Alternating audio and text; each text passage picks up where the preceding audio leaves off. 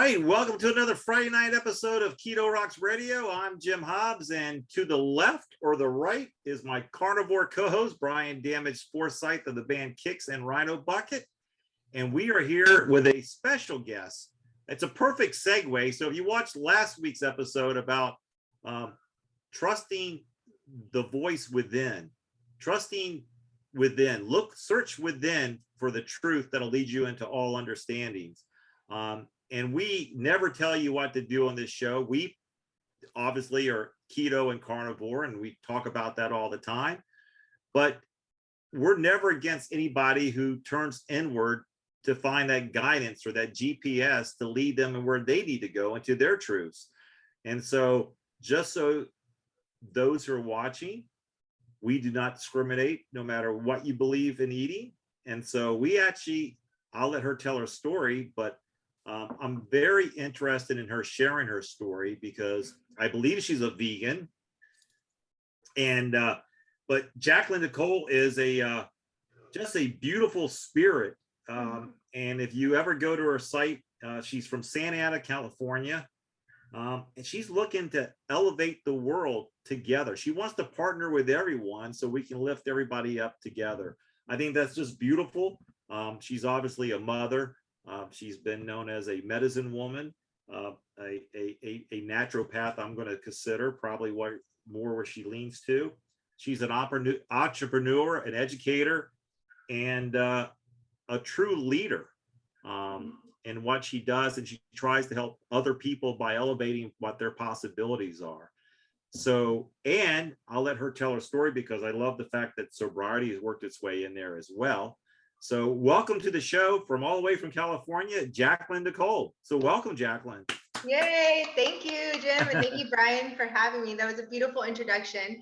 Yeah, I'm from Orange County, and gosh, where do I even start? Where would you like me to start with? Just like the journey going? Well, let's back up. Were you always a vegan? No. Okay, so let's and you have not always been sober either, I take it by what's on your bio.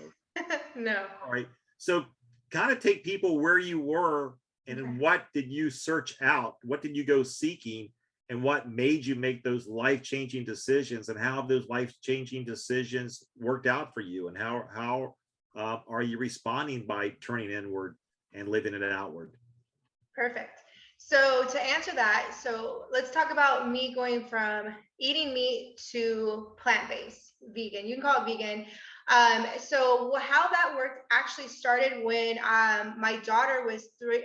From the time she was born up till when she was 3 months old. She's 15 now. So it's been like 15 years of me not eating red meat.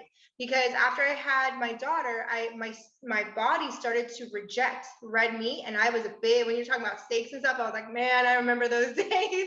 My dad's a big barbecuer and makes like really good, flaming on and all these different things. And I would just be like, oh, just Sunday barbecues were my favorite.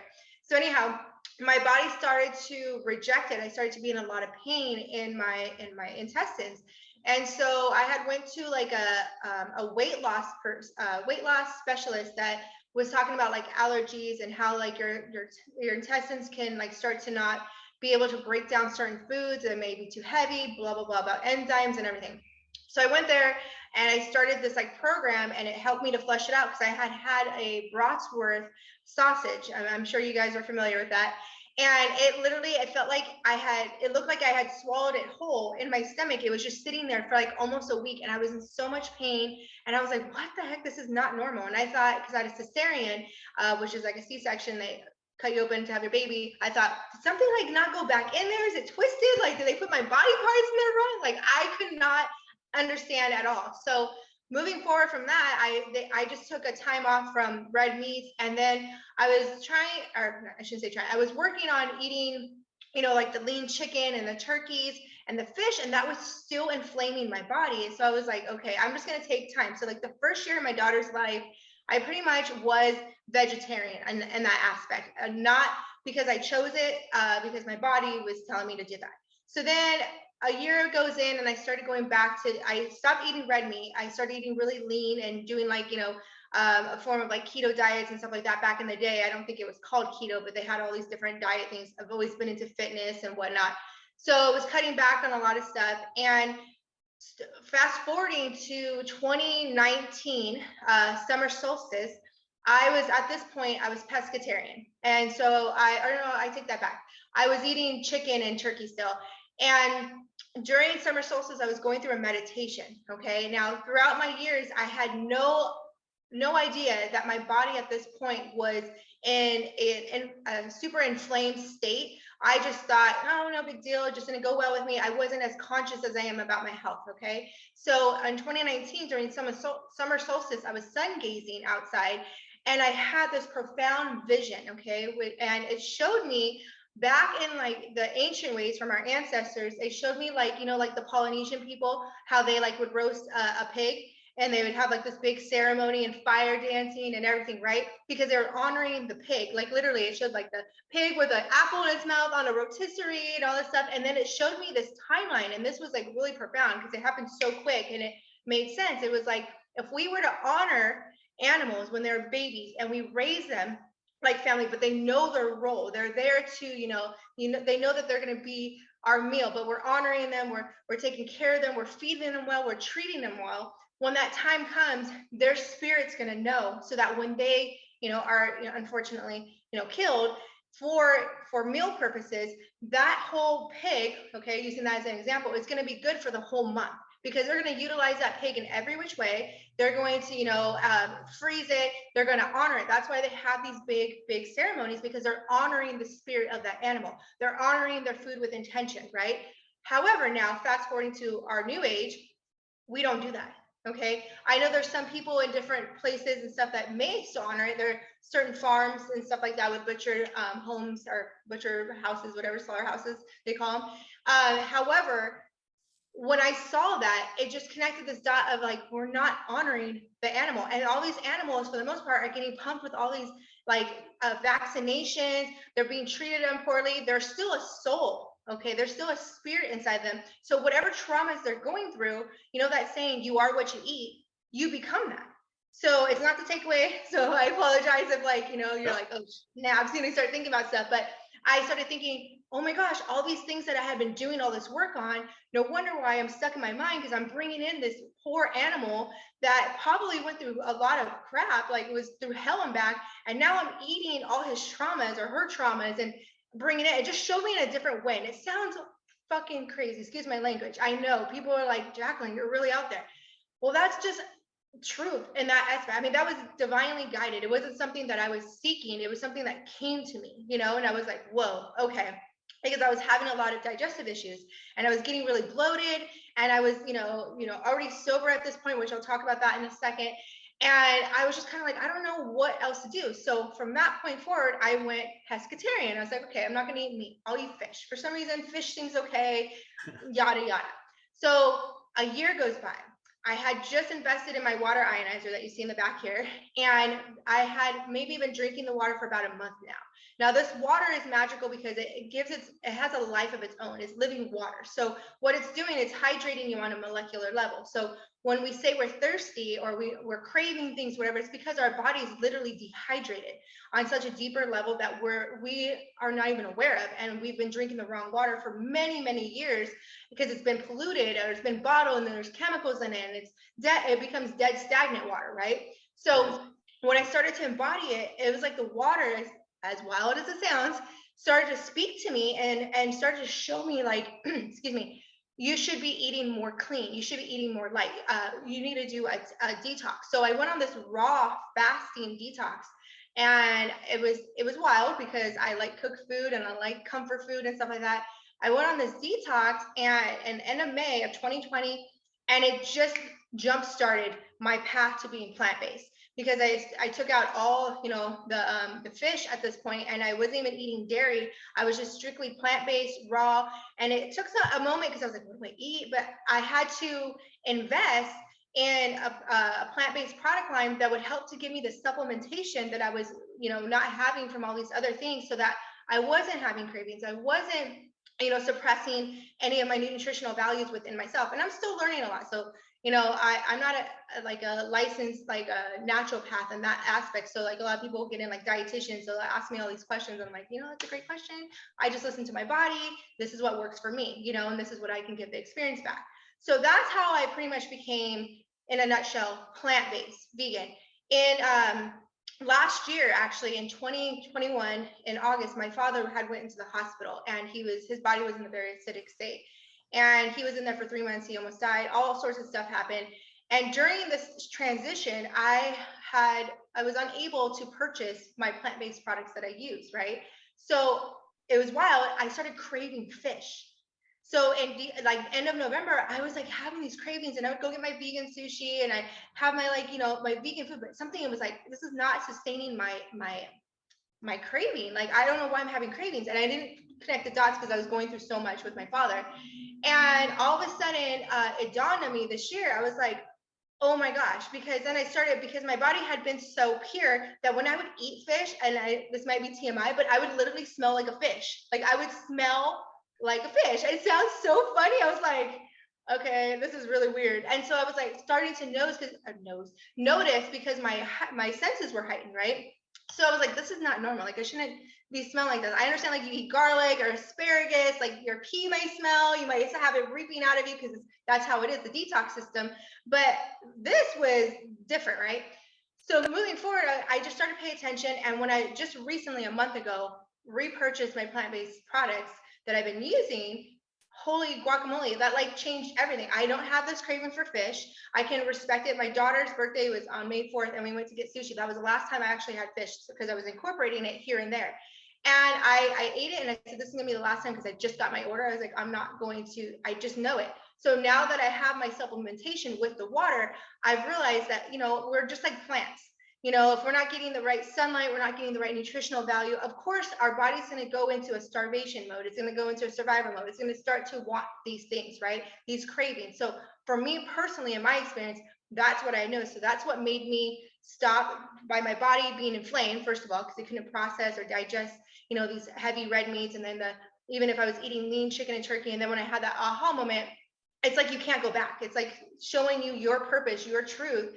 And it's, people are all waiting for Jesus to fucking walk on water. Well, that was my Jesus moment. Like, okay, Jacklyn, like, if you're not going to listen to this, like, what else do you need? Your body is telling you something right now. And I mean, no disrespect to anyone, I'm just saying, like, that's who I am.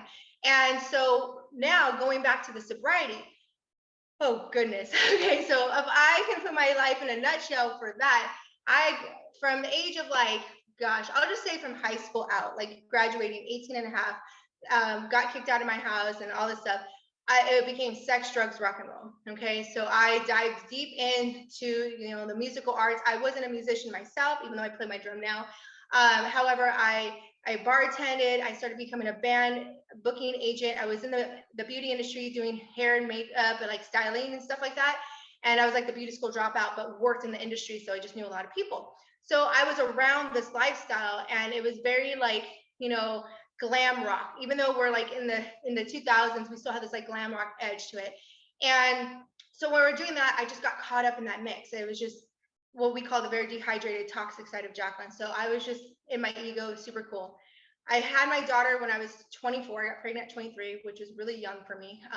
Considering my family, everyone's younger on the Hispanic side. They're like 15 having kids. And I'm like, you're crazy. Like, what? Who does that? I'm like, my daughter's 15. That would never happen, And so moving forward, I, was a young mom, and my child's father is hardcore into the punk rock scene, like metalhead and everything. And he actually works for the music industry, entertainment world. So he's still to this day travels and sets up these big events and does like what you would consider like he's a lighting and stagehand rigger kind of person. So he travels and then does like big events like the EDC, which is like an electronical festival, and Coachella, all these things. So he's always been in that limelight. So I was in that limelight with him, especially being an artist manager and stuff like that at one point. So when my daughter was born, I remember obviously being pregnant, being like, okay, obviously I'm not going to go sit here and go do some lines. I'm not going to go, drink. I'm not going to do any of these things because I'm pregnant now. Like automatically you're going sober. Like that was me going what they would call cold turkey, cutting everything off. So from that point forward, I started to have these aha moments when I was pregnant, and I was like, man, I'm not really happy with what I'm doing. I don't really like the people I'm associated with. What do I do now? Like, are these just pregnant things? Like, am I just having this clarity because I'm becoming a mom and the women matured before the man, and my ex was still like, doing that life, and I was just getting irritated and annoyed, and I was like, I don't really like these people. So I had to fake it for a little while. I'm just being honest. Like, there's some people I liked, but it's like, it just is what it is. So then my daughter, she's born.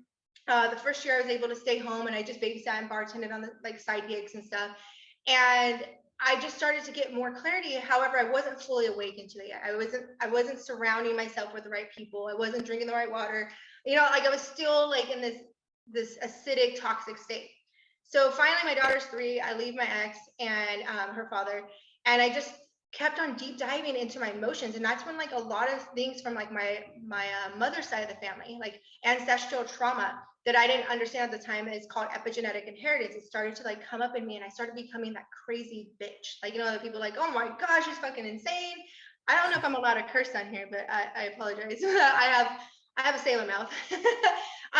So I started just like blacking out a lot and like just having these really interesting experiences. And I grew up like a tomboy. So back in the day, my mom wasn't present, and my dad raised me, and I was an athlete and everything. I raced BMX, and kickboxing, we rode motorcycles, surrounded by Harleys and like just extreme sports. So I always had this rough side to me, and I wasn't good at communicating. And so I would be really quiet, and then someone would talk crap. My dad taught me like, you let them throw the first punch and you finish it. And so I was a finisher, and that's not the way to be in life. So when I became a mom and I'm surrounded by these people that I didn't really like, and I started to become scared and be like, oh, I don't want to go to jail. What if my daughter? I started thinking, I'm like, I'm not living my life the right way. Like, I don't choose to go fight people. I don't want to fight anyone. I just didn't know how else to communicate because I had suppressed those emotions for so long, right? Does that make sense so far? Yeah. And so when that started happening and just more toxicity, and I'm not saying it never happened when I was younger, but it's like when you're young, that was like the cool thing to do. Oh, you blacked out. I don't remember the day. However, becoming a mom now, and she was a part of my awakening to come into this healthy, conscious side that I am now. It was just a journey, and that was in 2007 she was born. So it was just like all these things were happening, but I was still resisting. I wasn't surrounded by the right people, so I didn't know anything. I didn't know the terminology of conscious language. I didn't know what spirituality and awakening was. I was just like, I just had learned about what yoga was and meditation, and I was like, okay, that's a kind of a hippie thing, So from that, yeah, it's a real thing, I'm being honest. So when people see me now, they're like, you would say that stuff? I'm like, yeah, it found me. I didn't seek it. It found me. Like source came to me and was like, okay, Jacklyn, it's time.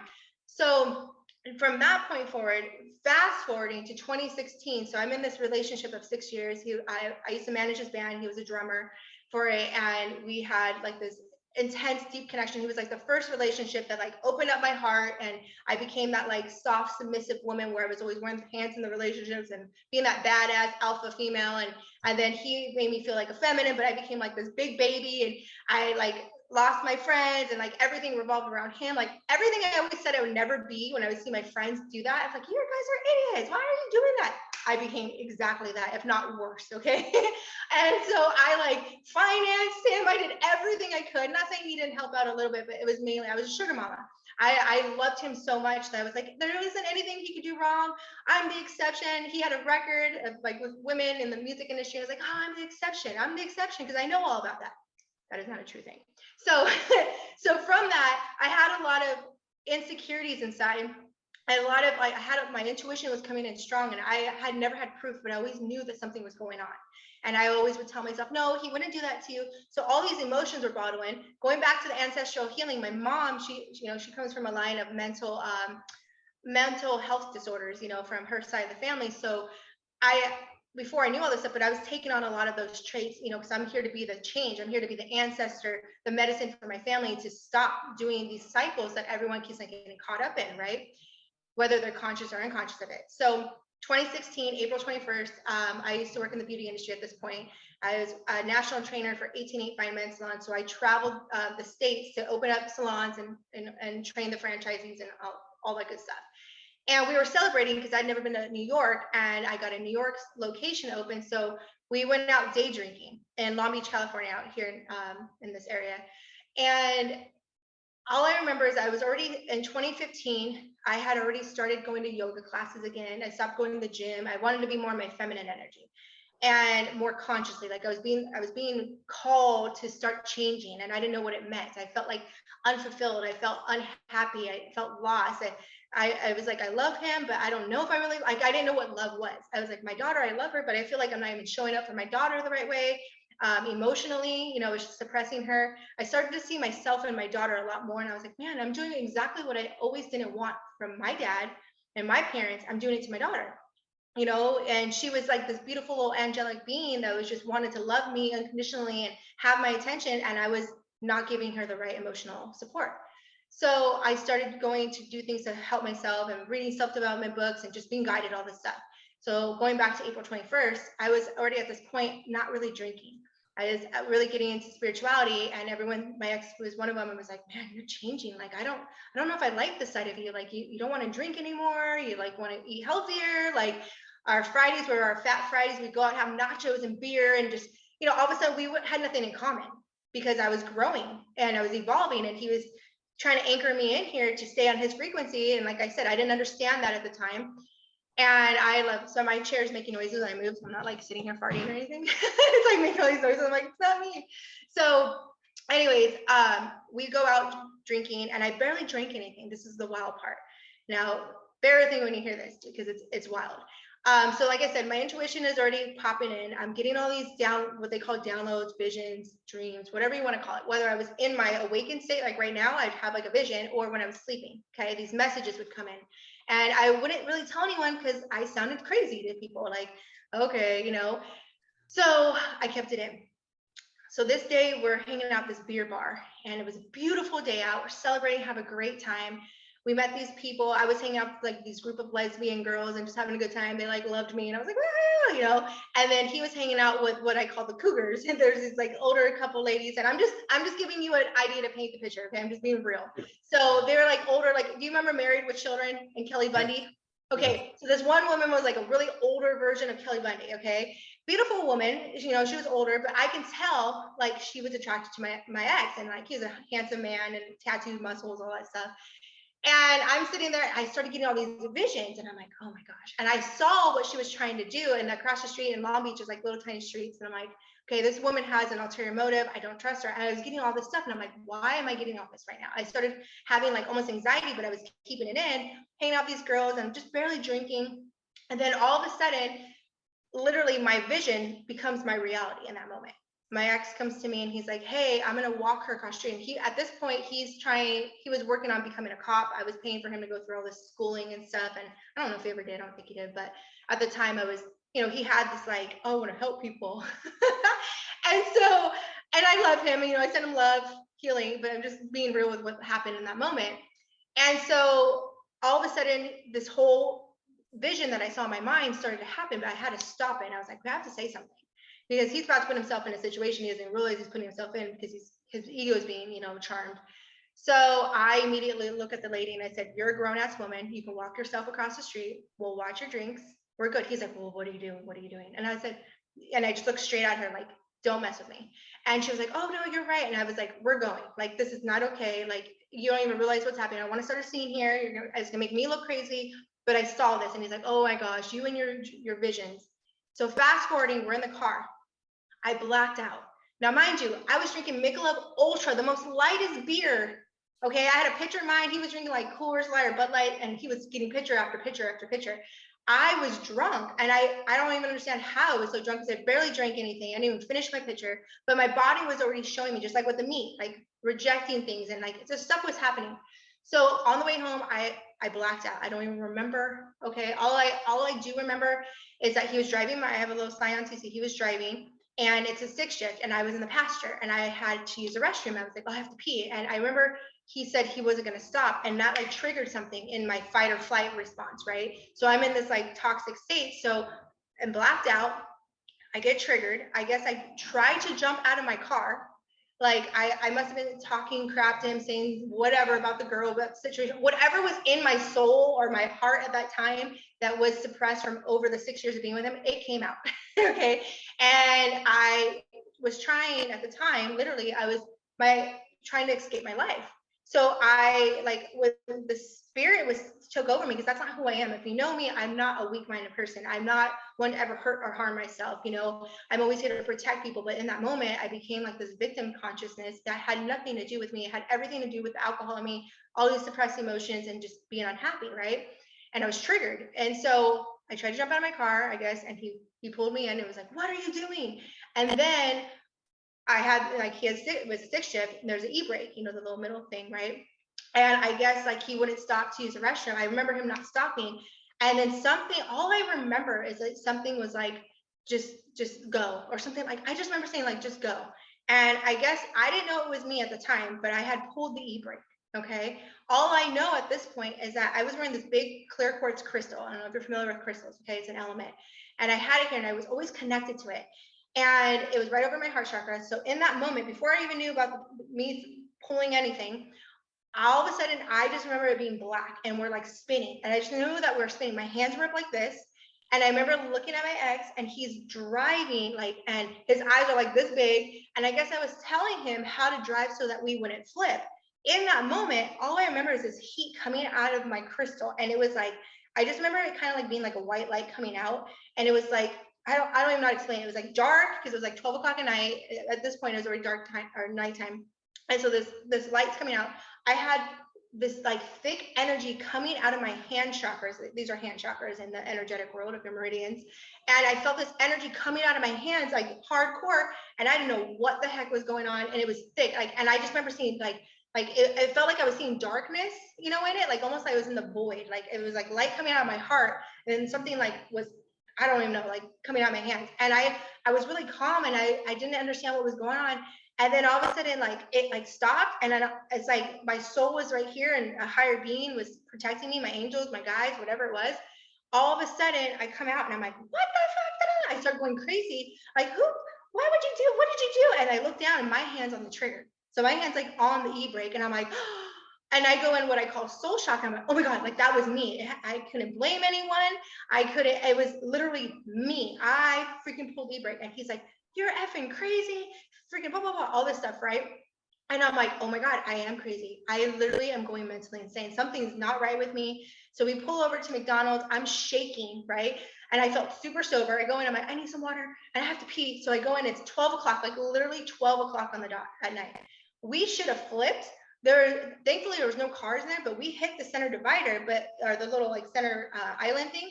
The way we were spinning, we were going like 50 miles per hour at least. Okay. I know that doesn't sound like a lot. We're taking back streets through like Huntington Beach and stuff in Orange County.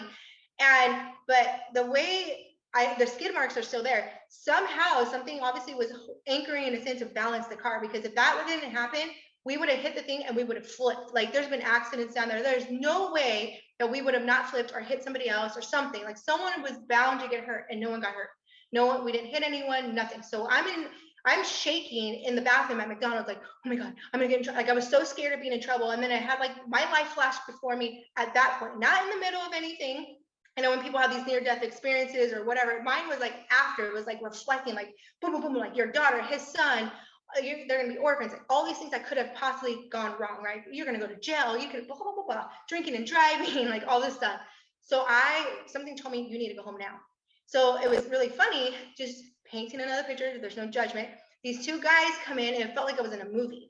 I felt like I was like in the middle of Texas and these guys come this old beat up Ford and they're like, hey, honey, like honky tonk, like, hey, you guys all right? You need some help? I'm like, where the fuck did these guys come in? Like overalls on, and we're like in Orange County. Okay, I don't know if you know Orange County, by the beach. And I'm like, what the heck? And I'm like looking at him like, and he's like, you guys all right? I saw what happened. And I was like, I gotta go. And I was like, fine. And my ex was like, just tell me I was crazy.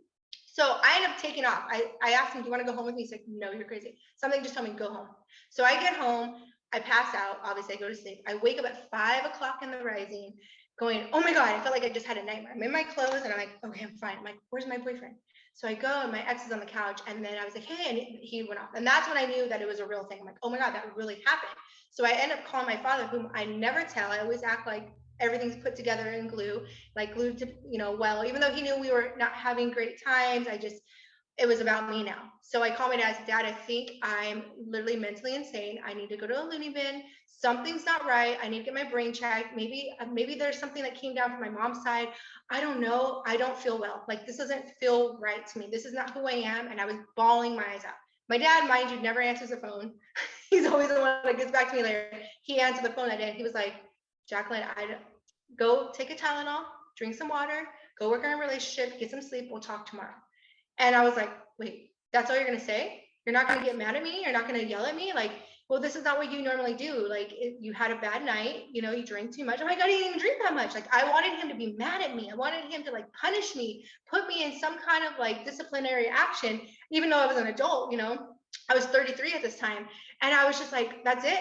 And so then I get off the phone with him and I journaled. I had this little tiny journal, like book, like probably this big, and it was brand new. I wrote through the whole thing, this channel, like I made an oath that I would never drink again unless it was to celebrate life. Like I was getting married or something like highly significant if I felt like drinking at that time, and that I was going to start doing better. And I just wrote all this stuff about how I wanted to be a better person and for thanking them for me not being dead, hurting anyone. Like that was just me, like in my most vulnerable. Okay. So that's the little background of the me and the sobriety. So from that day forward, literally 2 months after April 21st, April 22nd, I started my first day of sobriety.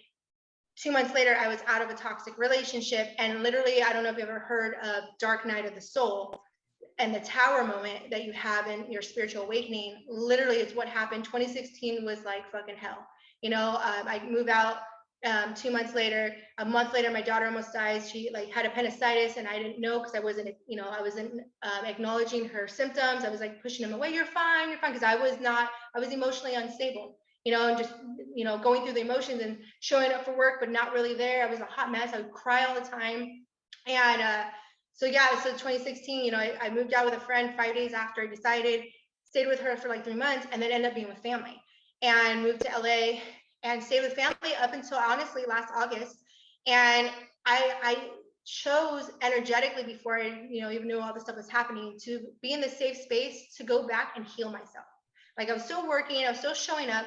However, I wasn't investing in materialistic things and having a big overhead like I do now with home and all these other things like that, you know, the everyday person, you know, goes through.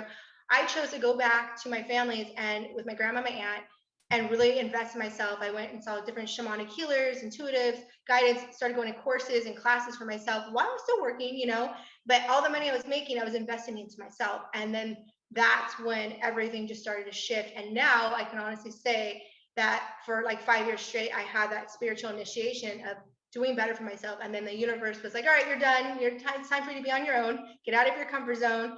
Be, you know, all the stuff you have a higher purpose now to show people, like, it doesn't matter your age. It doesn't matter. Like, you can heal yourself.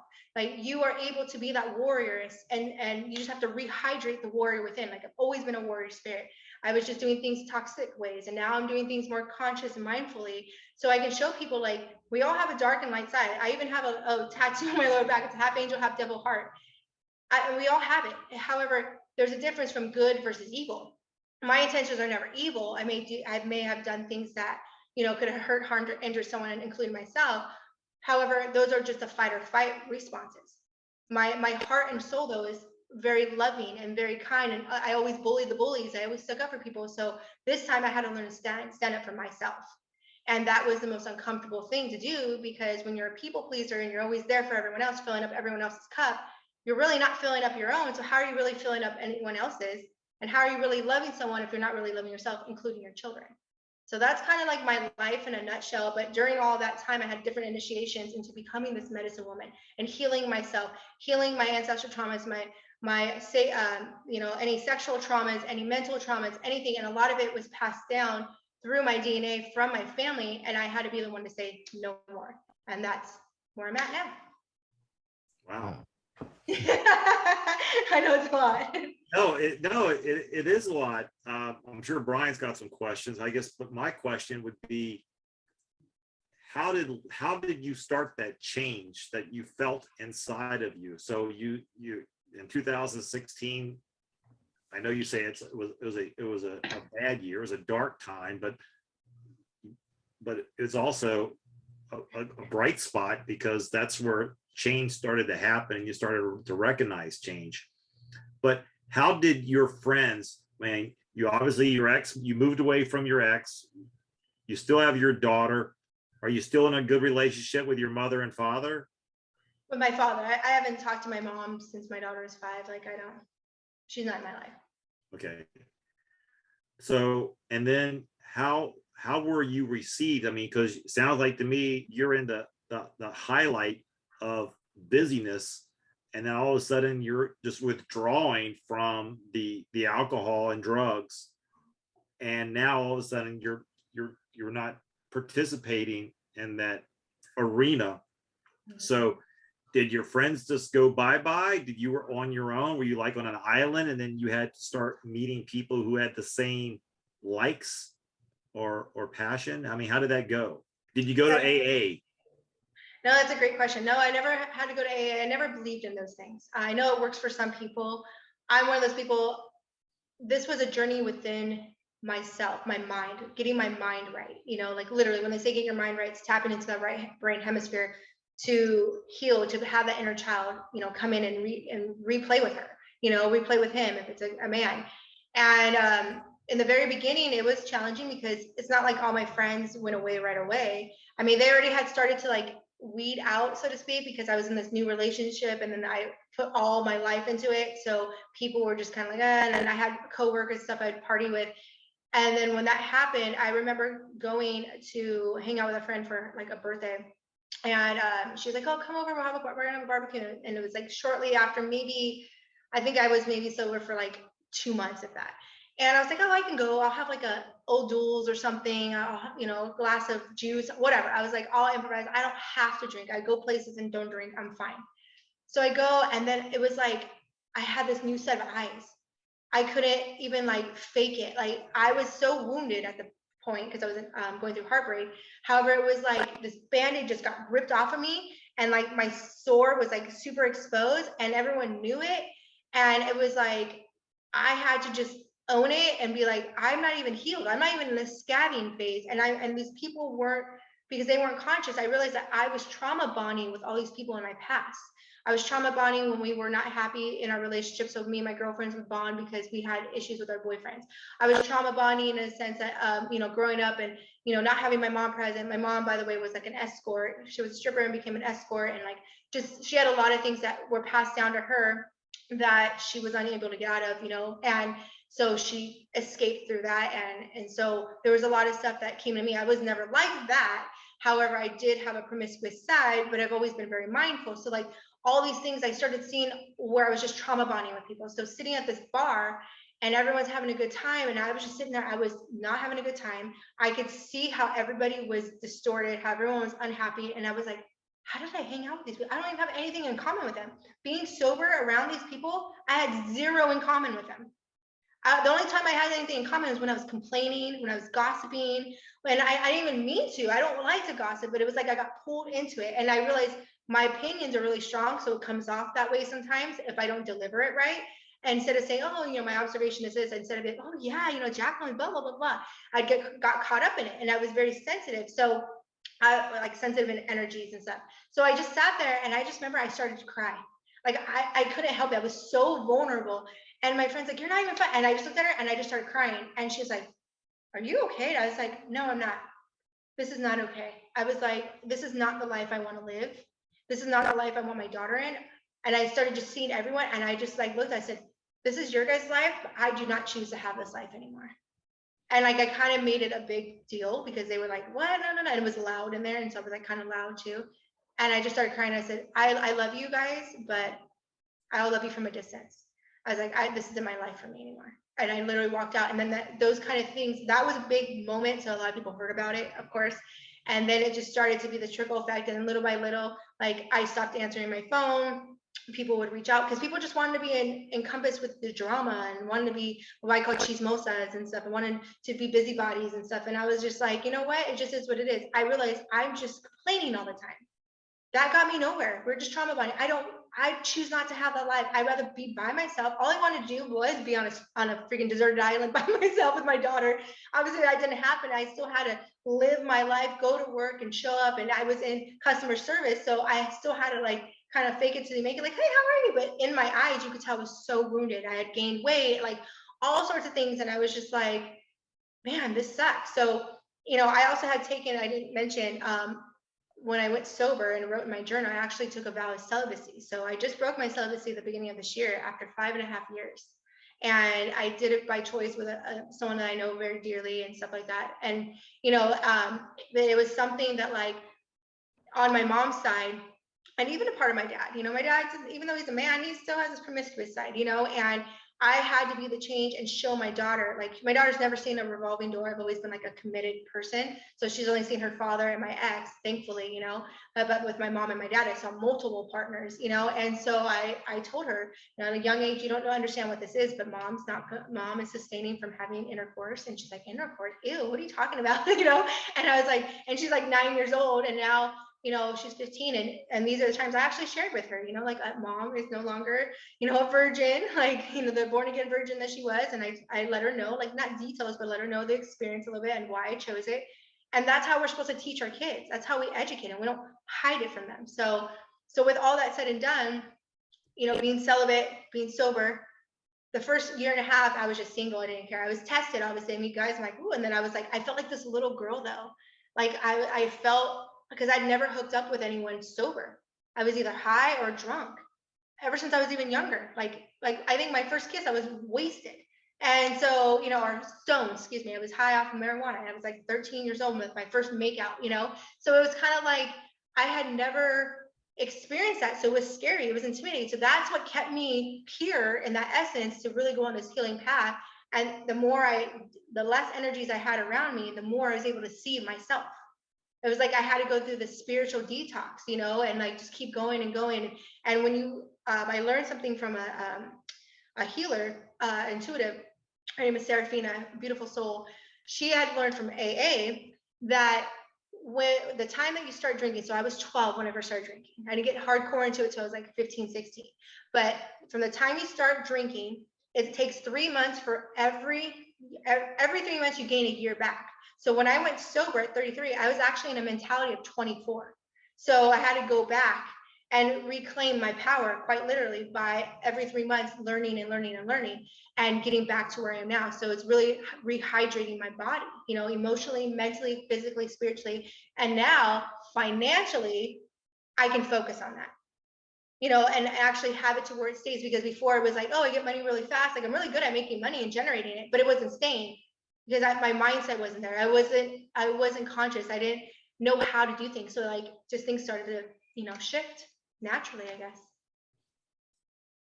Now, what part of California were you born in? I was born in Anaheim, California. Okay. Which is Orange County. That's right there. That's right with LA. That's where you used to live, Brian, right? Los Angeles? Is that? I lived, north of Los Angeles. She's down by Disneyland or what? Yeah. Yeah. Happiest place in the world. Yeah. Where are you at right now, Brian? Nashville. Nashville. How cool. And you, Jim, again? I'm in Summer Duck, Virginia. Oh, so cool. I want to go visit both of those spots. Yeah, Summer Duck has nothing but trees and a racetrack, but I think our population's 795. Probably can count those on the interstate out there in California, just on a 1 mile stretch. I love, you said NASCAR, is that what you said? Yes, we have a racetrack, yes. I love that. I grew up with all that stuff. My dad sponsored a lot of stock car racers and drivers. He's a graphic designer. And so we had a friend that actually did NASCAR for a little bit, but I grew up with all of that. So I was like, oh wait, did you say NASCAR race car? I love it. So once you got sober, once you started sober, things started to change or click for you, but how did you go and follow what was being spoken to you inside? How did you start to seek, like the water and other areas of, how did your other, I'll say, skill set start to develop and come out compared to how you were living your life? And then I have one important question. You said something I think is pretty profound, that you realize people were just gathering together and you call it trauma Trauma bond. bonding. Yes. So they're all sharing their woes and they're drinking their woes, and they live again if they do to do it again next weekend. And that's how their life becomes just a weekend of repeating the same day that they started out life that way. And you do believe that's living life. Like you're in community, you're having fun. As you said, sometimes you black out, you just joke that off. You don't know who you go home with. But that's just part of life. So for you to get clarity, did you have anybody in your life that you were looking to at that time that kind of gave you a footprint of what that would be like? Or did it just happen organically for you? You know, that's an interesting question. I get asked this a lot. So it was kind of like, honestly, everything just started to happen. I would meet people like, you know, just randomly that would like give me a message. Like I would be at a grocery store and I meet a lady and she would say something to me that was so profound. And then I still have this attachment, like, cause you know, I didn't have my mother around. She wasn't healthy. So I lacked a lot of healthy feminine energy and nurturing in myself, because my dad did the best he could. However, he's not a woman, you know, so my dad nurtured in tough love and sports and like, you know, kind of warrior stuff. He taught me that. However, in the feminine side, I lacked that. So emotionally, I was seeking connection to a woman. Like, and that's why I had my little, I didn't mention this, but with my sex, drugs, rock and roll, I had my little bisexual moment, but it was more like only when I was drinking, and that was the best time. But I would like hook up with girls that were beautiful like me, not girls that look like guys. No offense to anyone, but it's like, if I'm going to hook up with a guy, I'm going to hook up with a guy, you know? And so I'd hook up with these women that were so beautiful. And I loved the sensuality of it because I was lacking it. I was lacking that feminine role model. So therefore I was seeking what it felt like to have that kind of love. I know it sounds really distorted, but you know, like this energy of what it would feel like to be super feminine with hooking up with other girls. So, and I was like, well, I'm not a lesbian, I'm not gay, I'm not any of that. And that was just a phase that I was going through. So moving forward, I was meeting a lot of women, and it was a challenge for me to have women friends. Like I went through friends all the time. My dad used to be like, oh, who's the friend of the week, Jacklyn? Because I wasn't emotionally in tune and I couldn't handle their drama and stuff. And I would always be like the tough sister in that essence. And so I went through my own experience with my ex, and now I'm like, okay, I became them. So I must have tapped into some kind of femininity, you know? And so it just, I don't know, it just organically, I would meet people. And I had a sister named Elizabeth that, you know, was a life coach that came up to me right before I had my experience with the sobriety and my ex, beginning of January of 2016. So that happened in April. It's like January. She came up to me. I met her through our kids going to school. And she was like, oh, I'm Elizabeth. And I'm like, hey. And she's like, oh, I'm a life coach. And she had met me one other time prior. And she was like, I want to offer you free sessions.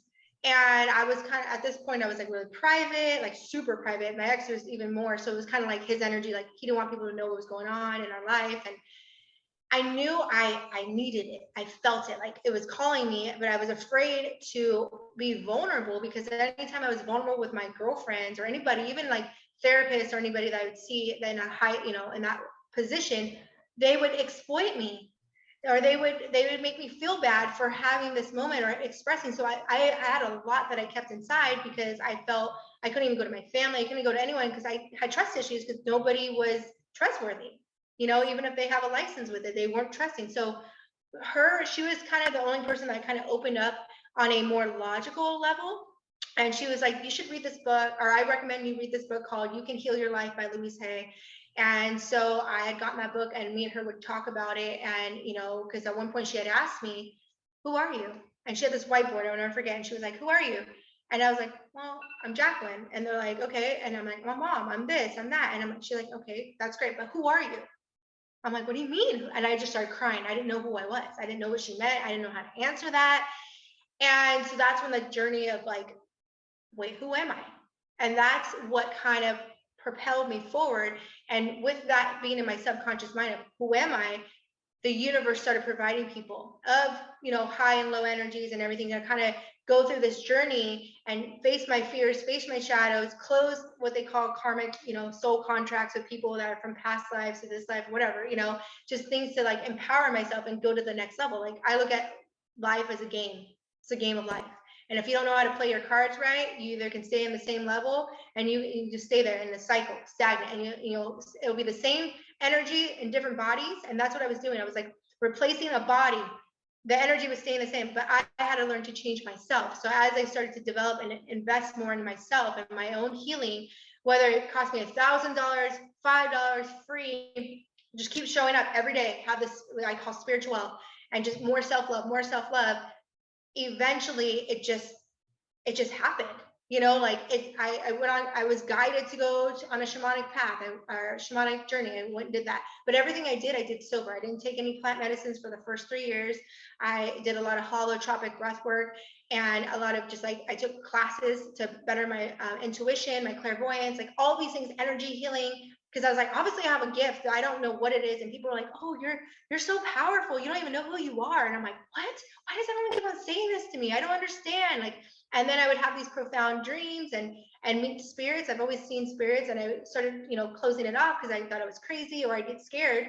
And then when I was sober and started opening up that channel again, I had to learn how to connect and understand why they were coming to me and why I was seeing these things, you know. And I'm not gonna lie, sometimes I'm like, hey, I'm sleeping. Don't bother me when it's dark. Like, leave me alone. You know, come to me in the daytime. You know, but it's like, but it's just putting in these boundaries and just tuning in and knowing that that I'm perfect the way I am. And the more I loved myself and the more I healed, the more I was able to see where people weren't. And I just kept going. And unfortunately, a lot of people have not stayed on this path with me, where I ended up being a lone wolf. And it was lonely feeling for a moment, but I realized that now I've never been alone. I just had to go through all these challenges and these obstacles to come into my warrior, you know, path. Because they say the path of the spiritual warrior is being on your own, learning to stand by myself. If nobody's here, who's taking care of you? Me.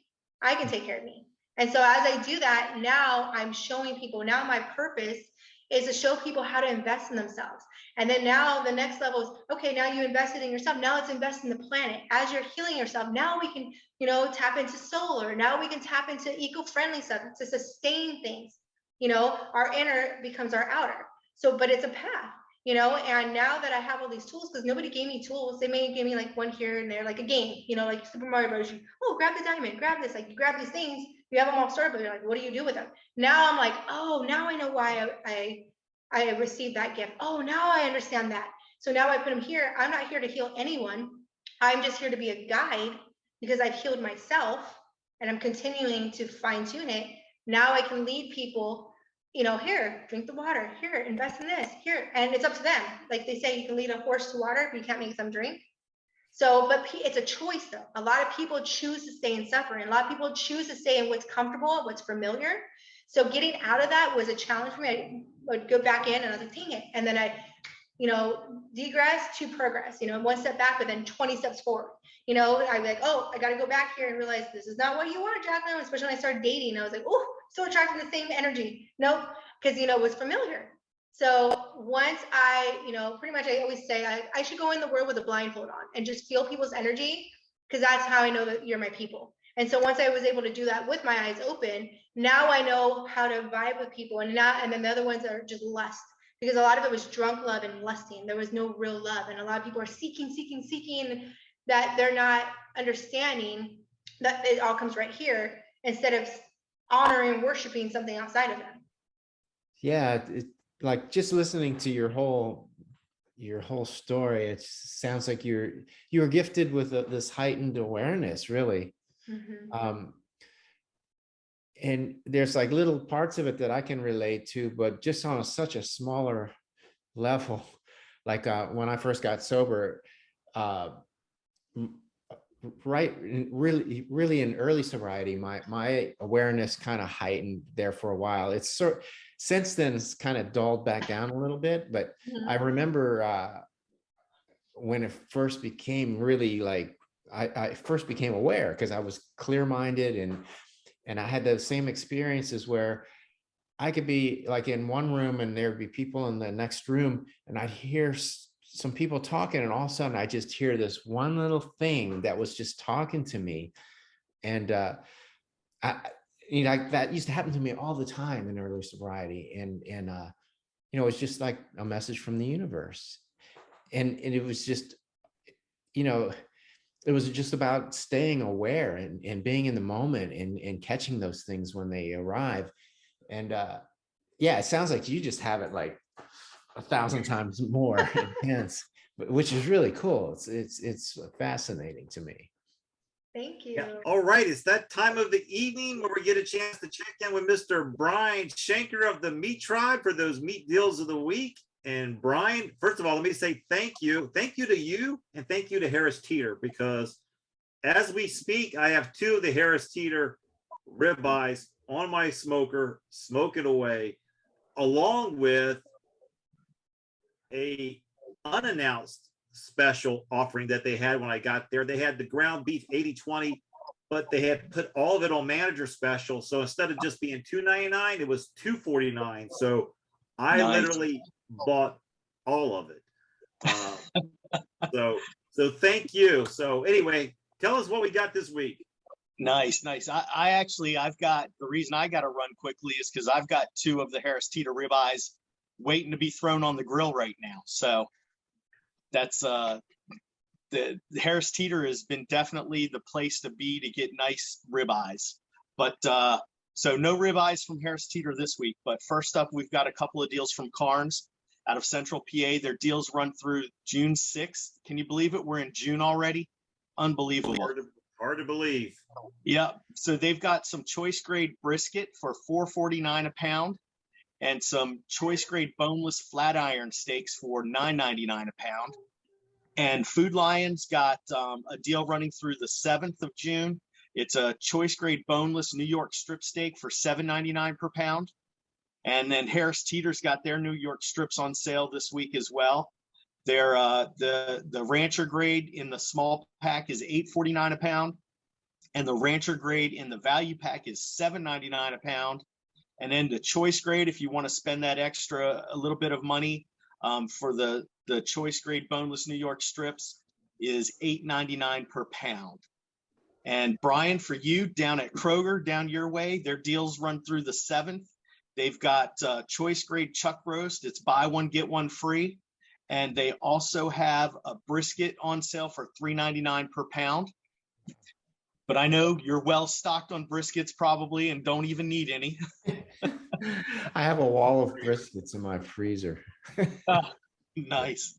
And then the last deal I'm reporting today at Giant Eagle, they have some certified Angus beef, chuck eye steaks for $6.99 per pound. So that's a little bit of a cheaper cut of meat, but if cooked right, and those I think those have some good fat content, so they should turn out pretty good if you've got a couple of those. So that's all I got for you guys this week. I've heard of the chuck eye steaks are really good. They're pretty much like a ribeye. Yes, yeah, I believe so. I think that's what Dennis, the meatologist, had educated us on when he was here. Yeah. Uh-oh, Jim, you're muted. That's usually a good thing. Podcast?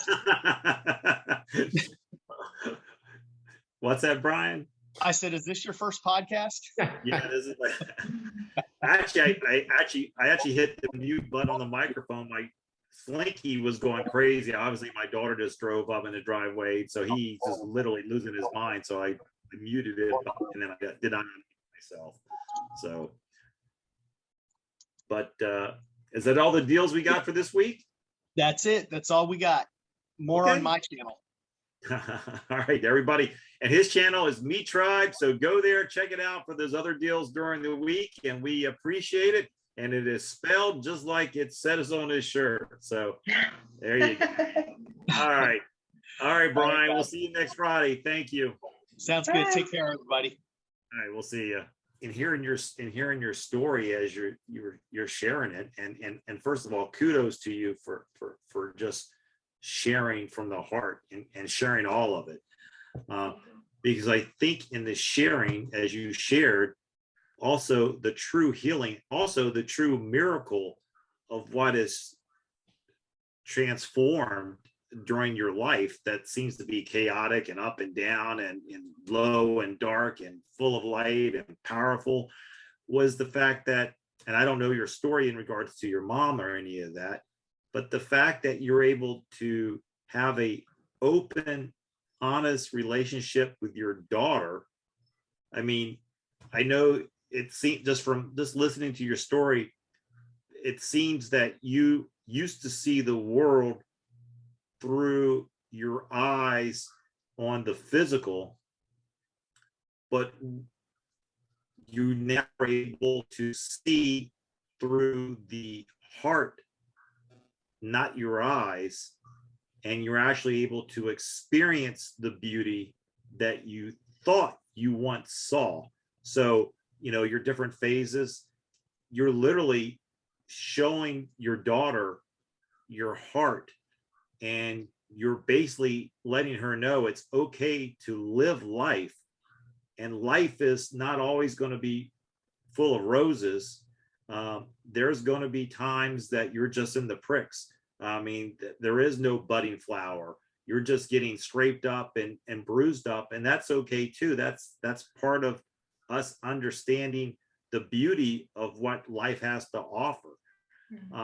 And don't ever be afraid of just being total transparent and truthful about what you've done, because when you keep those secrets in, you know, your egoic mind uses that to judge you when nobody else may be judging you, but it's using you to sit there and say, oh, if they only knew what's in my head, they would never want to socialize with me. They would never want to be with me.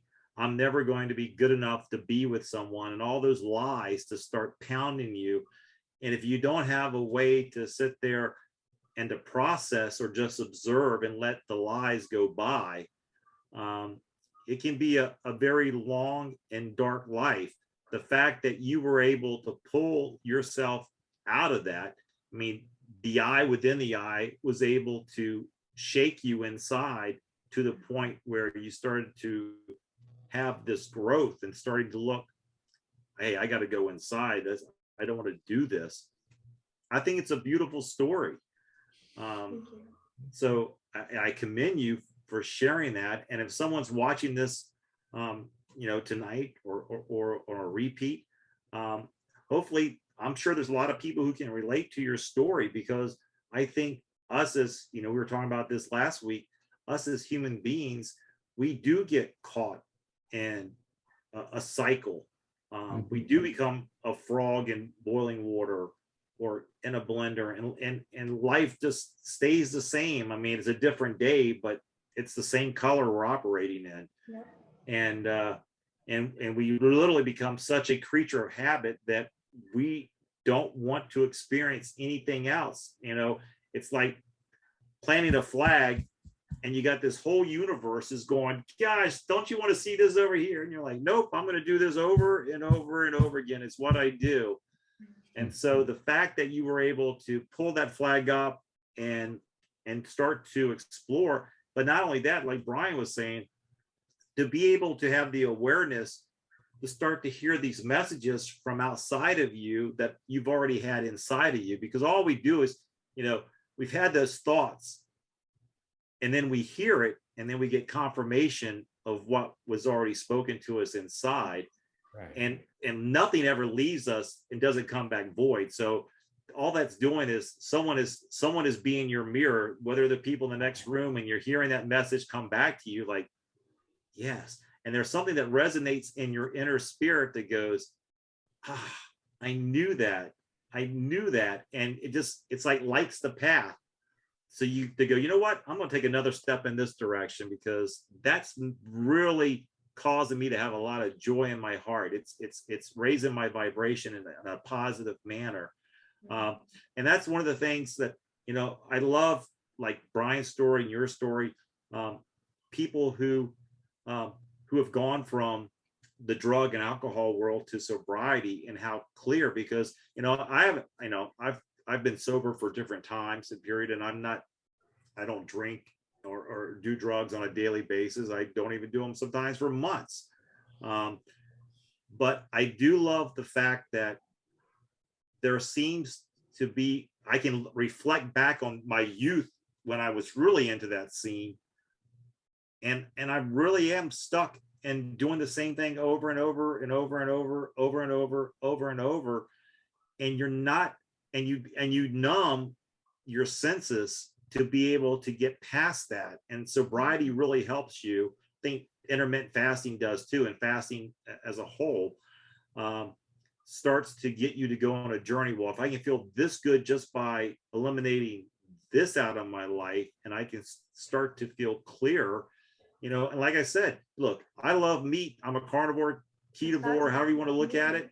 But I'm always want people to, don't listen to me, listen to that inner voice inside of you, because our paths are all different. We're all at different places on the highway of life. So you got to follow, out of everybody that's telling you to do something, do what you, the true you, is leading you to go do. So I don't discredit you that you've gone down the path you've gone down, because that's the highway and where you are, that's your milestone, and you're correcting stuff that needs to be corrected within you, and you're seeing positive results manifest. So,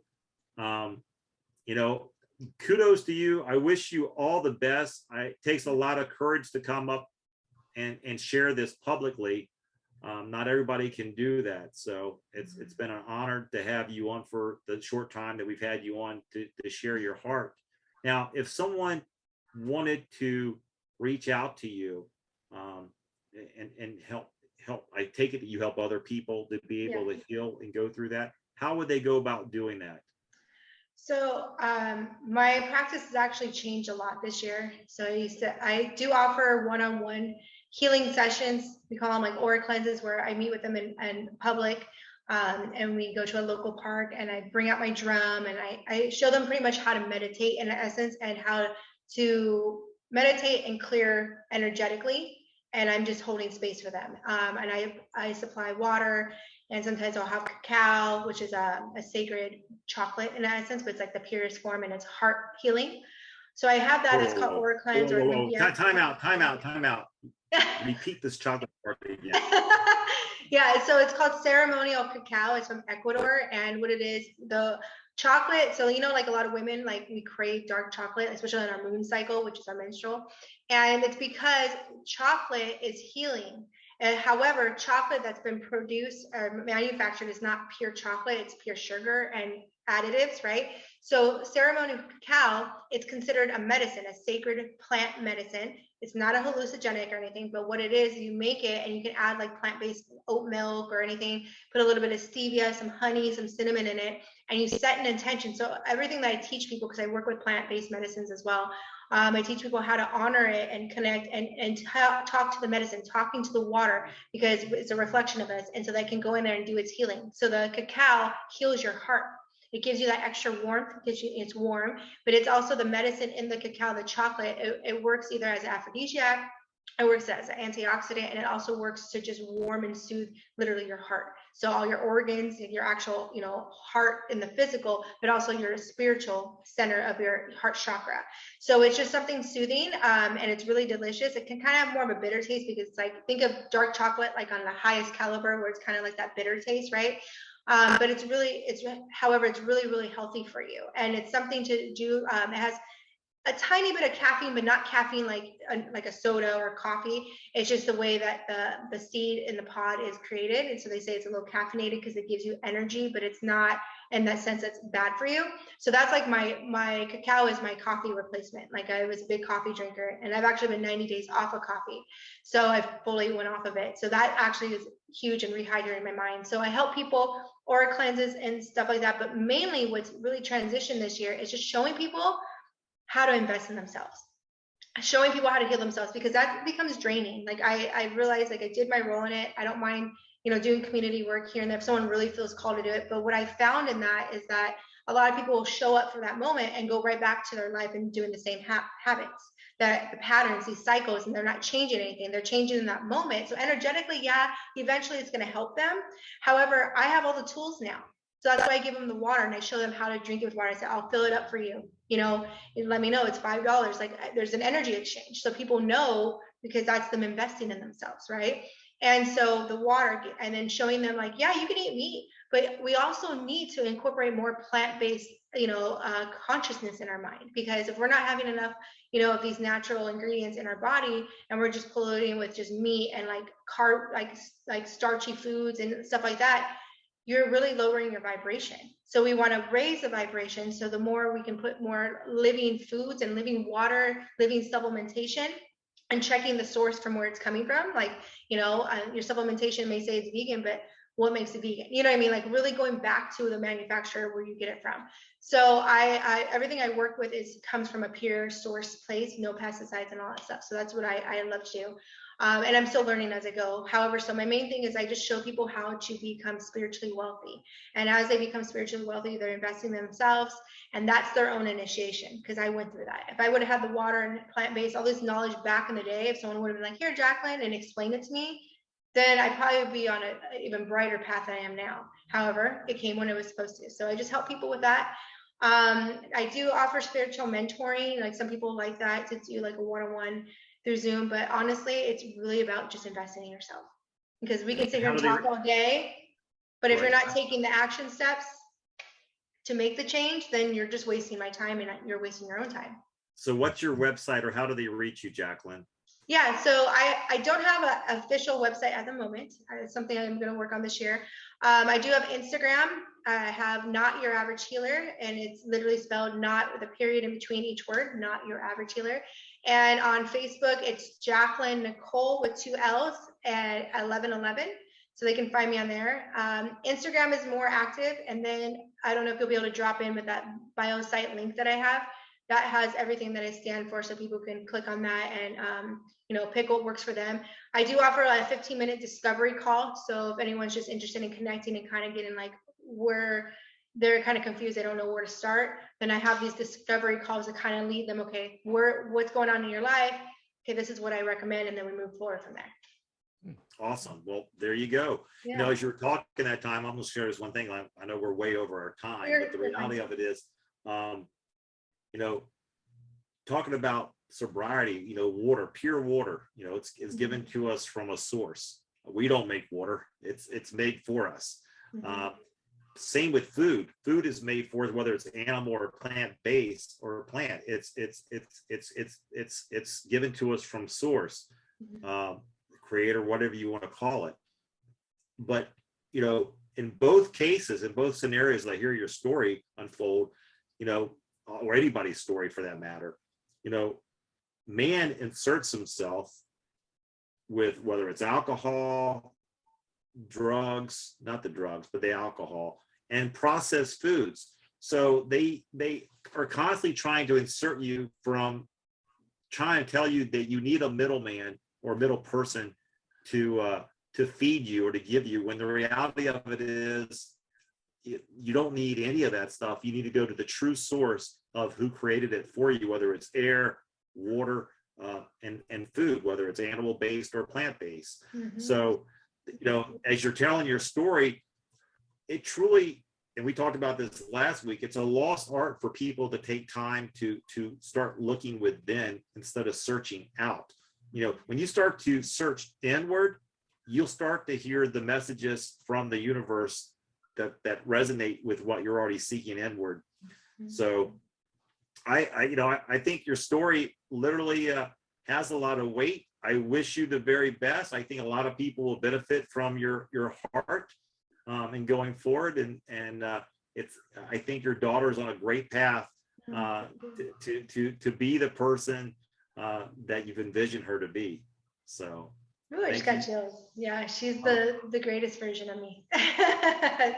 And thank you. I really appreciate you both for having me on here. And I mean, obviously there's so much I can expand on. I'm a very deep individual. So thank you all for tuning in and hearing my story and holding space for me. It's always an honor. So I appreciate you. And yeah, reach out to me. No question's a silly question. I'm a jack of all trades in the essence, and a master of myself. And that's pretty much what my purpose is here, is to help you master yourself, because you are the ancestor and you are the medicine for change. So if you're looking for change, connect with this girl right here, because I got you. Brian, you have any questions before we say goodbye to Jacklyn?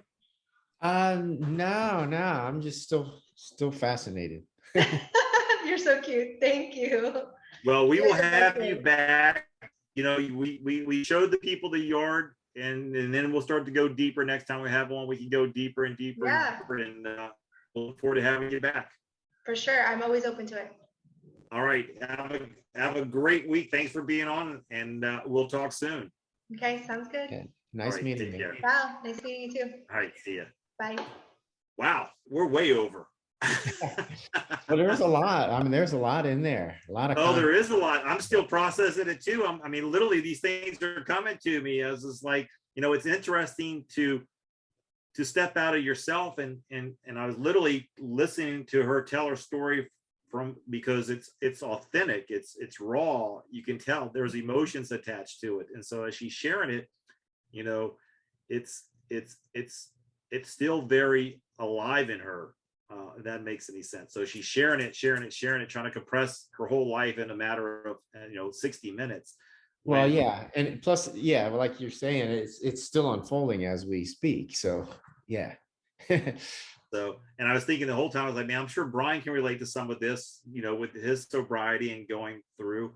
But it's, you know, it's interesting how people are differently to the reasons why, and it's, you know, it's always it's more interesting to me because it really seems that once you get to that point of turning inward, allows you to then observe the world that you walk in, but more importantly, be able to pick up on pieces of where you want to go and pick up on pieces to remind you where you were.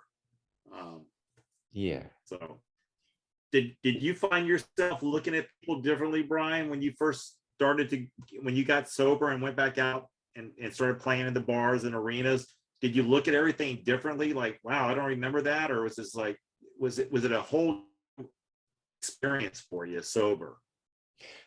No, maybe not that part of it, but I, yeah, most of it, like the first 5 years of my sobriety, I wasn't traveling. It was sort of, you know, I was playing around LA and different things, but yeah, certain things were different, looked different. But like there was something you said that I related to as well. There was one point where this was really early on. I think I was still like in my first 30 days or 60 days, somewhere around there. And I was called on to share at this musicians meeting, and it was really intimidating because, you know, I don't think I had shared before that in front of a bunch of people. Right. And I had to get up in front of them and just share what was going on. So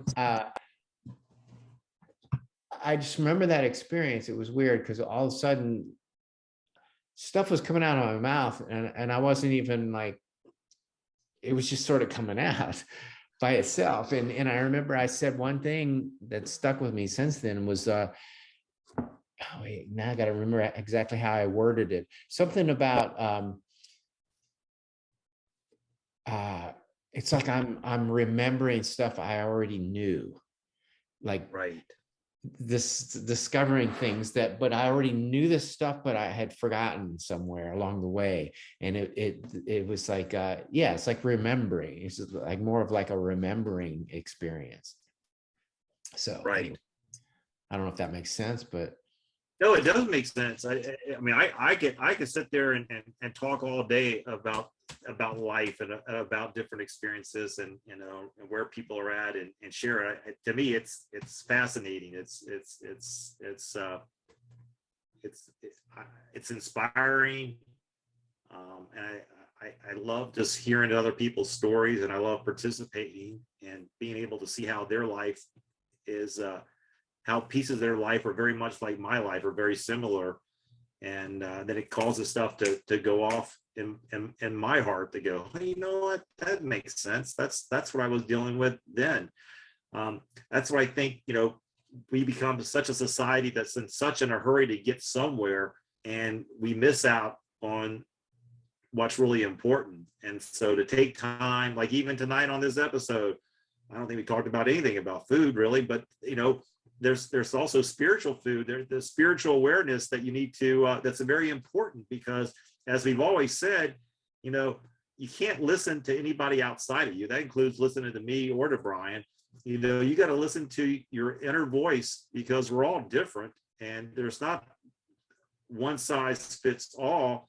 There's all of us that have different sizes. So there's different sizes that make up the all. Yeah, and your inner self is what's connected to the universe too, and Right. that's where everything comes from. Yeah. And so anyway, so if you made it this far along on our marathon session episode of Keto Rocks, what bit of advice would you give to people, Brian, to help them maximize their life this week after the discussion we just had?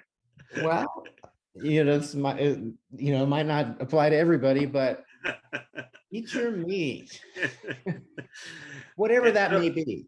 I mean, yeah, well, it applies to me, because as soon as we're done and hit the end button here, I'm heading out to the Traeger and pulling off my ribeyes. I've been smoking for 2 hours now, just on super smoke. So I hope that they're okay. But anyway, well, listen, everybody, thanks for tuning in with us. We'll look forward to seeing you next Friday. In the meantime, stay safe, stay well, and stay out of the hospital. We'll see you, everybody. see ya.